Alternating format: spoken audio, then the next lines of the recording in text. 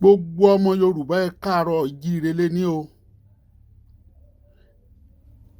Ẹ jíire léní ẹ̀yin ọmọ Yorùbá o. Ọ̀rọ̀ tí mo fẹ́ bá yín sọ léní mi ò fẹ́ kẹ́ sọ pé nà láyé o. Mo fẹ́ kẹ́ gbámú ẹ̀yin ọmọ Yorùbá, ogun ti dé. Ifá tí mo dá láàárọ̀ yóò gbé alára ni. Ẹ̀yin ọmọ Yorùbá o, mi ò ní pè é lógbètúra fún yín. Ògbèkúléjọ ni mo máa pè é. Gbogbo ẹ̀yin babaláwo ẹ ní sí àti ṣe. Ifá ní kí gbogbo ọmọ babaláwo pápátá kán ní ògbètúra lójú ọpọ́n, kán pè é ní ìpè ibi tí nǹkan ti lè dàrú, kán wá sọ wípé gbogbo àwọn tó fẹ́ kógun jalè Yorùbá pátá látòní lọ kí ìmọ̀ wọn má kò, kán kọjú ìjà síra wọn, kó ògbètúra kó tú wọn ká.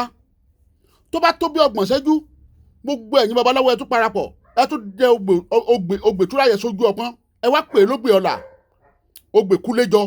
Gbogbo ẹnu ọmọ Yorùbá pátá kẹnu wọn kókò.